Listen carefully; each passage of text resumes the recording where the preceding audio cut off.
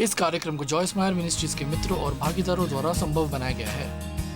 मैं आपको बता दूं, यदि आप परमेश्वर को ना छोड़े, वो आपको कभी नहीं छोड़ेंगे। आपके पास शायद कुछ बातें हो जिससे आप निपट रहे हो और शायद ये उससे ज्यादा समय ले रहा हो जो आपने सोचा, पर बस हिम्मत ना हारिए।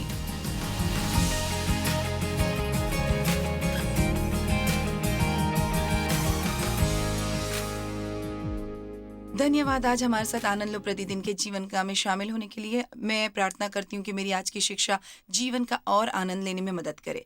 जानते हैं हम सभी के रवैये होते हैं, मानिए या न मानिए, आपका रवैया सिर्फ आपका होता है, किसी और का नहीं। मैं चाहती हूँ कि आप ये समझ ले, कोई भी आपको बुरा रवैया नहीं दिला सकता यदि आप नहीं चाहते। कोई भी आपको बुरा रवैया नहीं दिलवा सकता यदि आप नहीं चाहते। रवैये अच्छे या बुरे आपके विचारों में शुरू होते हैं। चलो अब शास्त्र वचन से शुरुआत करते हैं। इफिसियों 4:22-24 एम्पलीफाइड अनुवाद में लिखा है कि तुम अगले चाल चलन के पुराने मनुष्यत्व को उतार डालो। अब याद रखिए, वो मसीहियों से बात कर रहा है तो उन्हें कह रहा है कि तुम पुराने स्वभाव में मत चलो, क्योंकि आप देखिए, जब आप नए सिरे से जन्म लेते हैं, जब आप मसीह को ग्रहण करते हैं तो आप एक नया स्वभाव ग्रहण करते हैं, आप परमेश्वर का चाल चलन ग्रहण करते हैं। इसका मतलब है कि आप चुन सकते हैं उस तरह से व्यवहार करना जिस तरह से वो करते हैं। इसलिए वो कहता है कि तुम अगले चाल चलन के पुराने मनुष्यत्व को, जो भरमाने वाली अभिलाषाओं के अनुसार भ्रष्ट होता जाता है और ऐसी इच्छाएं जो भ्रम से उत्पन्न होती हैं, उतार डालो और अपने मन के आत्मिक स्वभाव में नए बनते जाओ। अब यहाँ उसका विस्तार है, एक ताज़ा आत्मिक मानसिक रवैया रखना। तो वो कह रहा है कि हर दिन आपको एक फैसला करना पड़ता है। अपने मन में तय कर लीजिए कि मैं अच्छा रवैया रखने वाला हूँ, चाहे कुछ भी हो जाए। जानते हैं, मैं आपको ये बातें बस करने के लिए नहीं कह रही हूँ, मैं उन्हें स्वयं करती हूँ। जब मैं उठती हूँ हर सुबह, मैं प्रभु के साथ समय बिताती हूँ, क्योंकि मैं जानती हूँ कि यदि मैं ऐसा नहीं करती तो उस दिन मैं अच्छे से व्यवहार नहीं करूँगी। और ईमानदारी से कहूँ तो हम में से बहुत से लोग ऐसे ही हैं। हमें चाहिए बिल्कुल वैसे ही जैसे आपके शरीर को भोजन की ज़रूरत होती है, ठीक से चलने के लिए आपको आत्मिक भोजन की ज़रूरत होती है, जो है परमेश्वर का वचन, और उसके साथ समय बिताना ताकि सही आत्मिक व्यवहार करें। और मैं ऐसा कुछ नहीं करना चाहती जो पवित्र आत्मा को नाराज़ करे। मैं लोगों से प्रेम करना चाहती हूँ जैसा यीशु ने हमसे करने को कहा है। और मैं परमेश्वर से अत्यधिक सहायता पाए बिना ये नहीं कर सकती। इसलिए मैं हर सुबह प्रार्थना करती हूँ कि परमेश्वर मेरी मदद करेंगे और ये कि वो मुझे सशक्त करेंगे। मैं दिन का आनंद लेना चाहूँगी, मैं उन चीज़ों की कदर करना चाहूँगी जो परमेश्वर ने मुझे दी हैं। तो इसलिए मैं ख़ास कर अपना मन बना लेती हूँ, आज का दिन प्रभु ने बनाया है, उन्होंने मुझे जीने के लिए एक और दिन दिया है और मैं इस दिन का आनंद लेना चाहती हूँ और अच्छा रवैया रखना चाहती हूँ। मुझे उन लोगों से अच्छा व्यवहार करने में मदद करें जिनके साथ मैं हूँ, और उन्हें अच्छा महसूस कराएं, और जो कुछ भी बस मेरे मन में आए। तो मुख्य बात जो मैं आप तक पहुँचाना चाहती हूँ वो यह है कि आपको अपना रवैया तय करना होगा और इस बात का दृढ़ निश्चय करना होगा कि आप एक अच्छा रवैया रखेंगे। ऐसा करने के लिए अब शायद ये सहायक हो। और एक एयरप्लेन में एक ऐसी चीज़ होती है जो कहलाती है एटीट्यूड इंडिकेटर। ये एक यंत्र है जो असल में कहलाता है रवैये का सूचक। अब आप सोचेंगे कि ये कहेगा ऊंचाई का सूचक, पर यहाँ लिखा है एक एटीट्यूड इंडिकेटर, और मैं आपके लिए पढ़ूंगी जो यहाँ लिखा है। एयरप्लेन में एक यंत्र होता है जो कहलाता है एटीट्यूड इंडिकेटर। ये क्षितिज के अनुसार प्लेन की स्थिति को दर्शाता है। क्षितिज प्रतिनिधित्व करता है नॉर्मल या एवरेज का। जब प्लेन ऊपर चढ़ रहा होता है तो कहा जाता है उसका नोज हाई एटीट्यूड है, और जब ये नीचे आ रहा होता है तो कहा जाता है इसे नोज डाउन एटीट्यूड है। तो अगर हमारा एटीट्यूड ऊपर है तो ये अच्छा है, तो हमारा जीवन भी ऊंचा होगा और अच्छा होगा, दिन भी ऊंचा होगा और अच्छा होगा, लोग हमारे आसपास रहकर आनंद ले सकते हैं और हमारे लिए कहा जाएगा कि हमारे लिए ये नोज हाई एटीट्यूड है। यदि हमारा एटीट्यूड नीचे जा रहा है, यदि हम उत्साहहीन हैं और उन सब बातों के बारे में सोच रहे हैं जो हमारे पास नहीं है, और हर बात जो हमें पसंद नहीं है, और जीवन कितना अन्यायी है, तो हमारे लिए कहा जाएगा कि हमारा नोज डाउन एटीट्यूड है। सामान्य से नीचे का जीवन जो क्षितिज नॉर्मल होगी, और उससे ऊपर है नॉर्मल से बेहतर, और उससे नीचे है नॉर्मल से कम। और प्लेन का एल्टीट्यूड और एटीट्यूड पायलट द्वारा बदला जा सकता है, जो है आप छोटी मोटी एडजस्टमेंट करते हुए आपका सप्ताह आपके लिए बदल सकता है।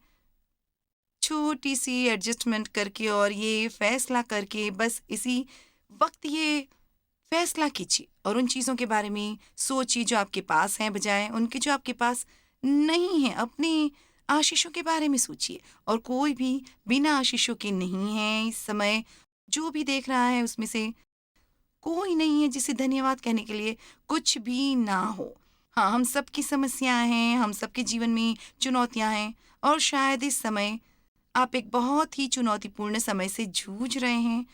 उस समय के बारे में प्रार्थना करें, वो करें जो आप कर रहे हैं, पर अपने जीवन में उन चीज़ों पर फोकस करो जो अच्छी हैं, और उन चीज़ों को ढूंढें जिनके प्रति आप धन्यवादी हो सकते हैं। और आप छोटी छोटी चीज़ों के लिए भी धन्यवादी हो सकते हैं, जैसे आपके घर में साफ स्वच्छ पानी की उपलब्धता, रहने के लिए घर का होना, पहनने के लिए कपड़े, कोई जिसे गुड मॉर्निंग कहा जा सके, बस कुछ भी जो एक आशीष हो। जितना ज़्यादा आप उसके बारे में सोचेंगे उतना ही ज़्यादा वो आपकी मदद करेगी और आपके रवैये को प्रभावित करेगी।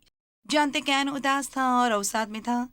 कैन और हाबिल, वो हवा आदम के पहले दो बच्चे थे, और कैन हाबिल से ईर्ष्या करने लगा, क्योंकि हाबिल ने वो चढ़ावा चढ़ाया जो परमेश्वर को पसंद आया, पर वो कैन के चढ़ावे से प्रसन्न नहीं थे। और उत्पत्ति 4:5-6 में लिखा है, परंतु कैन और उसकी भेंट को उसने ग्रहण न किया। तब कैन अति क्रोधित हुआ और उसके मुंह पर उदासी छा गई। जानते हम रवैये देख सकते हैं।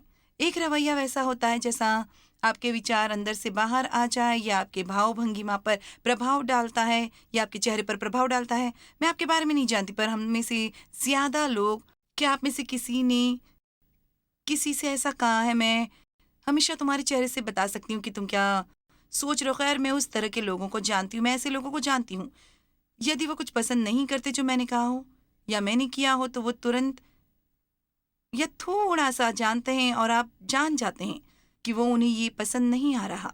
यदि आपके पास कोई किशोर युवक है, आप जानते हैं उनमें क्षमता होती है आपको आंखें दिखाने की, और आप कहते हैं जैसे मुझे ये लोग पसंद नहीं है।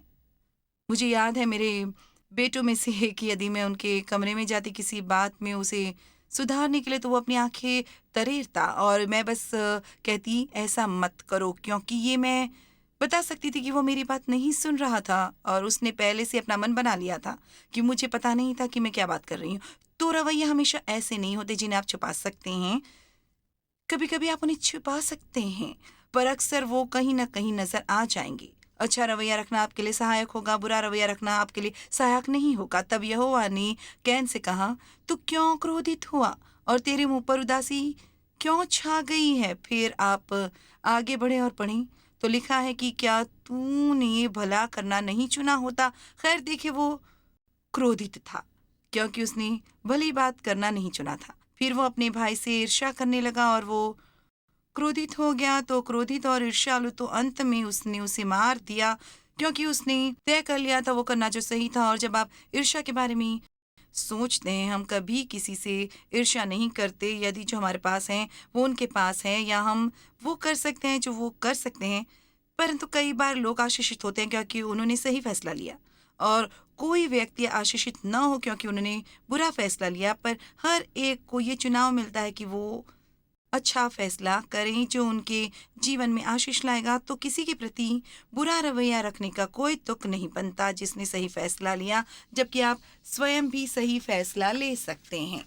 और आज मैं आपसे मांग रही हूँ कि आप रवैये के बारे में सही फैसला लें। अब मैं ये कहना चाहूँगी कि मुझे यकीन है कि आप सब में कमाल का नोज हाई अप एटीट्यूड होगा, और बस आप इतने धन्यवादी हैं, और आप इतने आशीषित हैं, और आप अपनी समस्याओं को अपने ऊपर हावी नहीं होने दे रहे हैं, या आप उन्हें खुद को उदास नहीं करने देते। पर जानते क्या, मैं जानती हूँ ये सच नहीं है।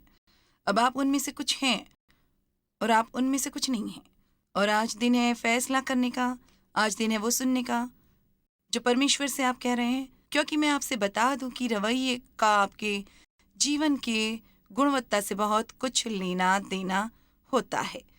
जानते हैं, मैंने यहाँ मिनिस्ट्री में कहा है, और मैं सचमुच इस पर कायम हूँ।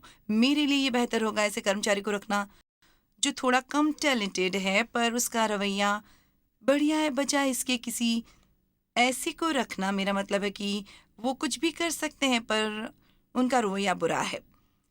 मेरे लिए बेहतर होगा कि मैं किसी ऐसे व्यक्ति को रखूं जिसका रवैया अच्छा हो, जो शायद इतना ज्ञानी न हो जितना शायद कोई और, हर कोई उसके आसपास रहना पसंद करता है, जिसका रवैया अच्छा है और मेरे ख्याल से किसी ऐसे के गिर्द नहीं रहना चाहता जिसका रवैया बुरा हो। तो एक बात जो आपको करनी होगी, यदि आप इस शिक्षा से कुछ हासिल करना चाहते हो तो एक तरह से ऐसे हैं जैसे आप खुद को लोकेट करें। और शायद ये करने का बढ़िया समय नहीं है, आपको शायद इसके बारे में सोचने की ज़रूरत पड़े जब शो ख़त्म हो जाए। पर अक्सर आपका रवैया किस तरह का होता है जानते हैं?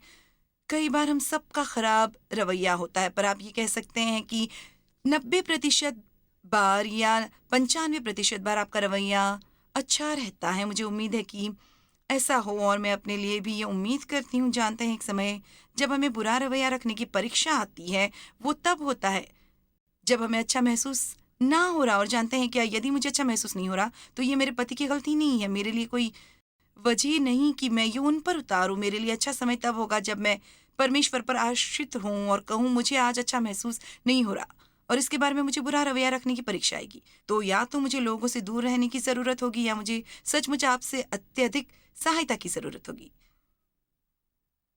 सही रवैया बरकरार रखना आसान है, बजाय दोबारा सही रवैया हासिल करने की। मैं इसे दोबारा कहूँगी, सही रवैया बरकरार रखना आसान है बजाय दोबारा सही रवैया हासिल करने की। और इससे मेरा मतलब है ये कि यदि आप सीख लें कि अच्छे रवैये की आदत कैसे बनाना है तो उस तरह से रहना आसान होता है, बजाय उसके कि स्वयं को एक बुरे मूड में लाना और बुरा रवैया रखना। शायद आपने कुछ लोगों की भावनाओं को ठेस पहुंचाई है और फिर कोशिश कर रहे हो उसे दोबारा हासिल करने की। उस जगह से नीचे उतर आइए, उस जगह तक जो नोज हाई की स्थिति है। हर स्थिति में अच्छा रवैया रखने की कोशिश करें, वरना दुख की एक विकल्प है। और यदि आपका रवैया बुरा है, आप उतने ही दुखी होंगे जितना आप अपने आसपास के लोगों को दुखी करेंगे। पर दुख एक विकल्प है। जानते हैं पौलुस ने लोगों के लिए प्रार्थना नहीं की। प्रेरित पौलुस ने लोगों के लिए उनकी समस्याओं को दूर करने के लिए प्रार्थना नहीं की। जानते हैं उन्होंने किस बात के लिए प्रार्थना की? उन्होंने प्रार्थना की उसे बर्दाश्त करे जो कुछ भी आए, एक अच्छी मानसिकता के साथ, एक अच्छी स्वभाव के साथ उन्हें उसे संभालने की शक्ति दे। वाओ! और मेरे पास ये है, अपनी 40 से भी ज़्यादा मिनिस्ट्री द्वारा यदि कोई मेरे पास आया होता और मुझसे पूछा होता कि मैं उनके लिए प्रार्थना करूं, तो वो एक अच्छा रवैया रखें जब वो अपनी समस्याओं से गुजर रहे हों। हर कोई चाहता है कि आप प्रार्थना करें ताकि उनकी समस्याएं दूर हो जाएं, और वे सब दूर नहीं होती। और एक तरीका है जिनसे आप परमेश्वर में बढ़ते हैं और सिद्ध होते हैं और ज़्यादा उनकी तरफ बनते हैं, तो ये है कि यदि हम एक जैसे रहें जब हमें समस्या हों, और जब हमें समस्याएं न हो तब भी पौलुस लोगों के लिए प्रार्थना करना चाहता था ताकि वो उसे सह सकें जो कुछ भी आए, एक अच्छी मानसिकता से। दुख एक विकल्प है। जॉन मैक्सवेल ने कहा है, हालात आपको वो नहीं बनाते जो आप हैं, वे उसे प्रकट करते हैं जो आप हैं। Oh my goodness! हालात आपको वो नहीं बनाते जो आप हैं, वे उसे प्रकट करते हैं जो आप हैं। मैं हमेशा कहती हूँ, आप बाहर से कभी नहीं जानते कि बाहर से एक नारंगी चाहे जितनी भी अच्छी लगती हो, आप कभी भी नहीं जान पाते कि वो कितनी रसीली है जब तक कि आप इसे काटते हैं या आप इसे निचोड़ते हैं। जानते हैं जब हम आत्मा के फल पर आते हैं तो हम ठीक ठीक नहीं जानते कि हम कैसे व्यवहार करेंगे जब तक कि हमारा फल निचोड़ा न जाए। कहा जाए तो जब तक थोड़ा सा प्रेशर न डाला जाता, हम सोच सकते हैं कि हम धीरजवान हैं, पर हम ये नहीं जान पाते कि हम कितने धीरजवान हैं जब तक कि हम नहीं देखते हम कैसे व्यवहार करते हैं जब हमें इंतज़ार करना पड़ता है। हम कह सकते हैं कि हम लोगों से प्रेम करते हैं, पर हम सचमुच ये नहीं जानते कि हम लोगों से कितना प्रेम करते हैं जब तक कि एकदम अचानक कोई चुनाव न करना पड़े और हमें चुनना पड़े, क्या मैं वो करने वाली हूँ जो बेहतर है या मैं वो करने वाली हूँ जो दूसरे व्यक्ति के लिए बेहतर है। जानते हैं कुछ कुंजियाँ हैं जिन्हें याद रखना मेरे लिए अच्छा रहता है। सबसे पहले ये समझ लें कि ये बुरा मौसम जिसमें आप फंसे हैं, जो हमेशा के लिए नहीं रहेगा। रॉबर्ट सूलर ने कहा है, अच्छी खबर यह है कि बुरी खबर अच्छी खबर में बदली जा सकती है जब आप अपना रवैया बदलते हैं। कैसा रहेगा यदि मैं दोबारा कहूँ? अच्छी खबर यह है कि बुरी खबर अच्छी खबर में बदली जा सकती है जब आप अपना रवैया बदलते हैं। जानते हैं मैं क्या कहती हूँ, ये भी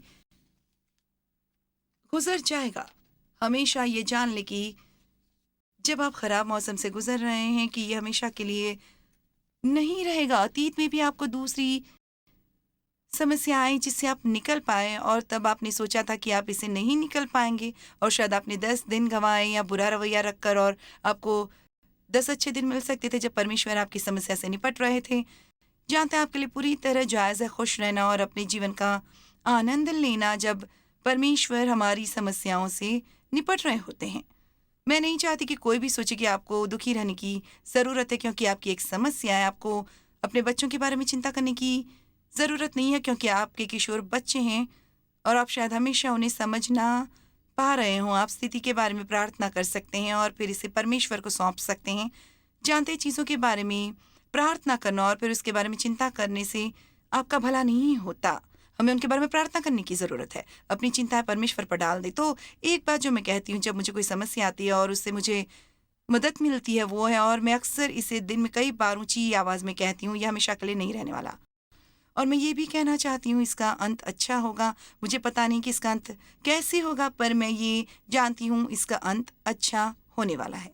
काश मैं आप सबको इस समय देख सकती और आपसे हाथ खड़े करने को कहती कि आप में से कितनों को ये फैसला करना होगा एक अच्छा रवैया रखने के बारे में। जानते हैं एक बुरा रवैया बस आप पर रेंग कर आ जाता है यदि आप अच्छे रवैये का फैसला ना करें। मैं हमेशा कहती हूँ कि आपको फ्लू लग सकता है पर आपको अच्छा स्वास्थ्य नहीं लग सकता। खैर इसी तरह ये होता है, आप बस एक अच्छा रवैया नहीं लगा सकते, आप एक बुरा रवैया लगा सकते हैं क्योंकि शत्रु रेंग कर आपके ऊपर आ जाएगा। और मेरा ख्याल है कि एक इंसान होने के नाते ये इस तरह होता है कि जब हम भटक जाते बिना परमेश्वर के वो हमारी मदद कर सके, तो हमें सीखना पड़ेगा हमारे अंदर जो पवित्र आत्मा है उसको सुनना और वो हमें दिखाए कि हमें क्या करना चाहिए और हमें वापस ले आए नोज हाई एटीट्यूड पर। एक और कुंजी है जो हमारे ख्याल से सहायक है। इस तूफान के दौरान मुख्य फैसले ना लीजिए यदि आप इसे अवॉइड कर सकते हैं। जब आप जीवन के कठिन दौर से गुजर रहे हो तो ये फैसले करने का बढ़िया समय नहीं होता, खासकर यदि वे सचमुच महत्वपूर्ण फैसले लेने हो। जानते हैं वो समय नहीं होता कि आप एक नई कार खरीदने का फैसला करें और या ये फैसला करने का समय कि आपको शादी करनी चाहिए या नहीं, या एक नया घर खरीदने या कोई और फैसले, क्योंकि भावनाएं बहुत ही उड़नशील होती हैं संकटों के समय। और सबसे बढ़िया चीज़ जो करनी होती है वो ये कि भावनाओं को स्थिर होने दें और फिर फैसला करें कि आप क्या करना चाहते हैं। शायद आप इस समय किसी परिस्थिति में हो और आप शत्रु को अपने दिमाग में चिल्लाते हुए सुनते रहते हैं, खैर तुम क्या करने वाले हो। और आपका दृढ़ निश्चय वाला रवैया होना चाहिए, मैं कुछ भी करने वाली नहीं जब तक कि परमेश्वर मुझे नहीं दिखाते कि मुझे क्या करना चाहिए। शत्रु को उकसाने न दें, आप एक भावनात्मक फैसला करें जिसके बारे में बाद में आपको अफसोस हो। एक और कुंजी है कि कंट्रोल टावर के साथ संपर्क बनाए रखो। जानते हैं जब एक एयरप्लेन एक तूफान में होता है तो वो हमेशा नियंत्रण में रहता है और वो कंट्रोल टावर के संपर्क में रहता है और हमें यही करने की ज़रूरत है। जानते हैं जब कभी भी आप परेशान हों और आपको कष्ट हो रहा हो तो इस कष्ट को आपको परमेश्वर से दूर खींचने ना दें, इसे आपको परमेश्वर के करीब धकेलने दें। उनके साथ और ज़्यादा समय बिताएं, उन्हें पुकारें, उनकी सलाह लें, एक कोने में ना चले जाएं और खुद के बारे में अफसोस करते रहें। कंट्रोल टावर के संपर्क में रहें, फिर हमेशा पा सकते हैं नोज हाई एटीट्यूड। कुंजी नंबर 5, बातों को सही दृष्टिकोण में रखें। जानते हैं हमारे दृष्टिकोण वो होता है जिससे हम चीज़ों की ओर देखने का फैसला रखते हैं और ये बहुत महत्वपूर्ण है मेरे ख्याल से। इस बात को यकीन कर लेना कि हम चीज़ों की ओर सही तरीके से देख रहे हैं। मेरे पास एक कहानी है जो मैं आपके लिए पढ़ना चाहती हूँ। ये थोड़ी लंबी है पर ये इस काबिल है और ये वो पॉइंट रखती है जो मेरे ख्याल से शायद आप समझ पाएंगे। एक लड़की घर से कॉलेज जाने के लिए बाहर गई थी और उसने अपने मॉम डैड को एक चिट्ठी लिखकर कहा, जब मैं कॉलेज के लिए गई हूँ मैंने लिखने में लापरवाही बरती है और मुझे क्षमा करें अपनी इस बेपरवाही के लिए कि इससे पहले मैं आपको न लिख सकी, पर मैं अब आपको अप टू डेट करूँगी। पर इससे पहले कि आप आगे पढ़ें कृपया आप बैठ जाइए। खैर मुझे यकीन है कि इससे थोड़ी दिल की धड़कन बढ़ जाएगी। क्या आप बैठ गए हैं? इससे मत पढ़िए जब तक आप बैठे ना हो। खैर मैं फ़िलहाल ठीक ठाक चल रही हूँ। वो सिर का फ्रैक्चर और चोट मुझे लगी थी जब मैं डॉर्मेट्री खिड़की से बाहर कूदी थी, जब वहाँ आग लगी थी मेरे आने के थोड़ी देर बाद ही। अब ये काफ़ी हद तक ठीक हो गई है। मुझे बस वो सिर दर्द की तकलीफ़ हो रही है जो अब भी मुझे हो रही है, कभी कभार मुझे होता है बजाय हर दिन के सौभाग्यवश मेरी डॉर्मेट्री की आग और मेरा कूदना देख लिया गया था गैस स्टेशन के एक अटेंडेंट के द्वारा, और वो दौड़ा आया, मुझे हॉस्पिटल ले गया और लगातार वो वहाँ मुझे मिलने आता रहा। जब मैं हॉस्पिटल से बाहर निकली तो मेरे पास रहने के लिए कोई जगह नहीं थी, क्योंकि मेरा कमरा पूरी तरह जल चुका था। तो वो बहुत दयावान था कि उसने मुझे अपना बेसमेंट रूम फ्लैट शेयर करने को दिया। ये एक तरह से छोटा था पर बहुत प्यारा था। वो एक बहुत अच्छा लड़का था और हम एक दूसरे के प्रेम में पड़ गए और हम शादी करने की योजना बना रहे हैं। अभी तक हमने सही तारीख तय नहीं की है, पर ये उससे पहले होगा जबकि मेरी गर्भावस्था दिखने लगे। हाँ मॉम डैड, मैं गर्भवती हूँ। मैं जानती हूँ आपको नाना नानी बनना पसंद आएगा, और मैं जानती हूँ आप इस बच्चे का स्वागत करेंगे और उसे वही कोमल प्रेम देंगे जो मुझे दिया था जब मैं बच्ची थी। हमारे विवाह में देरी का कारण ये है कि मेरे बॉयफ्रेंड का मामूली सा संक्रमण है जो मैंने लापरवाही के कारण उसे लगा लिया है। हालांकि फिर भी मैं जानती हूँ कि आप बाहें खोलकर उसका हमारे परिवार में स्वागत करेंगे। वो बहुत दयालु है।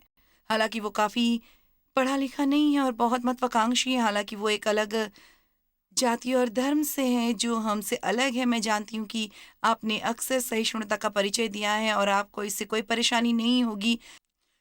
खुलासे से मैं ये कहूँगी कि जब मैं आपको अप टू डेट कर रही हूँ, मैं आपको ये बताना चाहूँगी कि मॉम डैड की वहाँ डॉर्मेट्री में कोई आग नहीं लगी थी, ना मेरा सर फटा था और ना उस पर कोई चोट आई थी। मैं अस्पताल में भी नहीं थी, मैं गर्भवती नहीं हूँ, मैं संक्रमित नहीं हूँ और मेरे जीवन में कोई बॉयफ्रेंड नहीं है। बहरहाल मैं हिस्ट्री और साइंस में फेल हो रही थी और मैं चाहती हूँ कि आप इसे सही दृष्टिकोण से देखें। अब मुझे यकीन है कि आप में से बहुत हंस रहे होंगे क्योंकि ये एक बहुत फनी कहानी है। बस कल्पना करें कि पत्र के अंत में माता पिता ने कितनी राहत महसूस की होगी। पर जरा सोचिए कि उनकी प्रतिक्रिया क्या होती कि बस उनकी बेटी ने फ़ोन किया होता और कहा होता कि मॉम डैड मैं साइंस में फ़ेल हो गई हूँ। मुझे यकीन है कि वो ज़रूर परेशान हो गए होते। शायद वो उस पर बहुत क्रोधित हो जाते। वो सचमुच बहुत हताश हो जाते। उनके परिवार में एक बहुत बड़ी बहस छिड़ जाती और जब उसने उन्हें पहले वो मनगढ़ंत कहानी सुनाई तो अंत में उन्हें राहत महसूस हुई। और जानते हैं, जब सचमुच आपके जीवन में कोई समस्या होती है, जब आपके जीवन में तूफान आता है, आप हमेशा इस तरह से सोच सकते हैं काश ऐसा न हो रहा होता, पर ये उससे भी बदतर हो सकता था। अभी ज्यादा देर नहीं हुई थी कि मैं एक परिस्थिति में थी जहां मैं कहीं जा रही थी और मैं वहां निश्चित समय पर पहुंचना चाहती थी, पर ऐसा लग रहा था जैसे थोड़ा सा लेट हो जाऊंगी और मैं इसके बारे में बहुत हताश हो गई थी। और बस देखो, जब हम हाईवे पर नीचे गए, हमने एक परिस्थिति पर गौर किया जहां 45 सेकंड पहले जब हम उस जगह हाईवे पर पहुंचे थे तो वहां एक बहुत ही खतरनाक एक्सीडेंट हुआ था जिसमें ऐसे लग रहा था कि उसमें किसी की मौत हुई है और परमेश्वर ने इसे इस्तेमाल किया मुझे ये समझाने के लिए कि यदि मैं निकली होती जब मैं निकलना चाहती थी तो शायद उस दुर्घटना में मैं ही होती। पर हमारे समय परमेश्वर के हाथ में होते हैं और कई बार वो आपको ब्लॉक कर देते हैं उस चीज को रोकने के लिए जो आप करना चाहते हैं, चाहे आप इसे जानते हो या ना हो। वो आपको बचा रहे हैं किसी किस्म की भावुक पीड़ा से। इसलिए हमेशा रखें अच्छा रवैया और परमेश्वर पर भरोसा रखें कि वो हमेशा हमारे लिए सर्वोत्तम ही कर रहे हैं। पॉजिटिव होने का ये मतलब नहीं है कि हम समस्याओं और परेशानियों का वजूद ही नकार दें। इसका मतलब ये है कि हम इस पर विश्वास करें कि परमेश्वर हमारी परेशानियों से कहीं ज्यादा महान है। शहर के बाहर मैं एक कॉफ़ी शॉप में एक लेडी से एक बार बात कर रही थी और उसने टीवी से मुझे पहचान लिया और तुरंत ही उसने मुझे अपनी सभी समस्याएं बता दी और उसने कहा, जानती हो जॉयस, जीवन में मेरे ऊपर काफ़ी कठोर समय आया है। उसने मुझे कई चीज़ें बताई जो उसके साथ हुई थी और फिर उसने कहा, तुमसे ईमानदारी से कहूँ जॉयस, तो जीवन ने मुझे बस एक के बाद एक तरह से नीचे धकेला। और तुरंत ही मैंने कहा, जानती हो हनी, इसने मुझे भी बस के नीचे धकेल दिया था, पर मैंने उस बस के नीचे से निकलने का फैसला किया और मैंने खुद को ऊपर उठाया और सीखा कि कैसे उस पर कंट्रोल करूं। और जानते हैं, यही विकल्प आज आपके सामने है। शायद आपके जीवन में आपके साथ बहुत कुछ खराब बातें हुई हो। शायद आप वो व्यक्ति हो जो सबसे पहले, खैर मैं बस लकी नहीं हूँ, खैर मैं नहीं सोचती कि जब हम परमेश्वर के साथ डील कर रहे होते हैं तो ये गुड लक होता है या बैड लक। ये विश्वास है या अविश्वास, ये है परमेश्वर पर भरोसा करना, ये है वचन में दी गई प्रतिज्ञाओं पर विश्वास करना और मैं आपको बताऊंगी, यदि आप परमेश्वर को नहीं छोड़ेंगे, यदि आप परमेश्वर को ना छोड़ें तो वो आपको कभी नहीं छोड़ेंगे। आपके पास शायद कुछ बातें हों जिनसे आप निपट रहे हों और शायद ये उससे ज्यादा समय ले रहा हो जो आपने सोचा हो, पर हिम्मत ना हारें। आपका दिन शुभ हो।